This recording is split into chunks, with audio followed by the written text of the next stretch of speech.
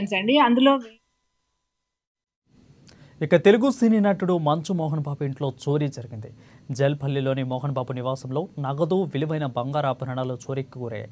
ఆ చోరీకి పాల్పడింది ఎవరో కాదు, మోహన్ బాబు నివాసంలో పనిచేస్తున్న నాయక్ అనే పని మనిషి దొంగతనానికి పాల్పడ్డారు. దాదాపు 10 లక్షలు విలువైన బంగారు ఆభరణాలను తీసుకుని పారిపోయాడు. ఇక విషయంపై మోహన్ బాబు మంగళవారం రాత్రి రాచకొండ సిపికి ఫిర్యాదు చేశారు. కేసు నమోదు చేసుకున్న రాచకొండ పోలీసులు రంగంలోకి దిగారు. నిందితుడు నాయక్ కోసం గాలింపు చర్యలు చేపట్టి గంట వ్యవధిలోనే కేసును ఛేదించారు.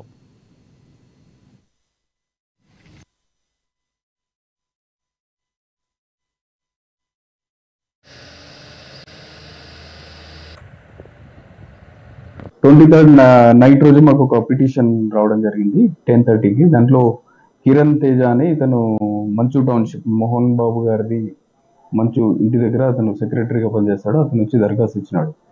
ఏమని చెప్పేసి అంటే 22nd రోజు నైట్ అతను 10 lakhs వ్యాపారానికి సంబంధించిన డబ్బులు తీసుకొని వచ్చి అక్కడ మంచు టౌన్షిప్లో ఉన్న అతని రూమ్లో పెట్టి అతను పడుకున్నాడు. మార్నింగ్ లేచేసరికి ఆ 10 lakhs కనిపించలేదు. సో దాంట్లో సీసీటీవీ అది వెరిఫై చేసినారు వాళ్ళు. అందులో ఉన్న పర్సన్ కోవర్కర్ పేరు గణేష్ నాయక్, అతని మీద సస్పీషియస్ చూపిస్తున్నారు. అతనే తీసిందని అనుమానం వాళ్ళకు కలిగింది. మా దగ్గరకు వచ్చి దరఖాస్తు ఇచ్చినారు.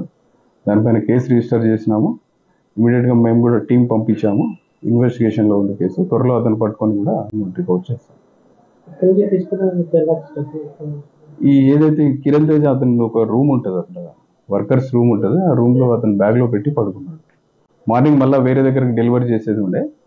ఈ టైంలో నైట్ అయిపోయిందని చెప్పేసి అతని దగ్గర పెట్టుకున్నాడు. మార్నింగ్లోకి జరిగింది.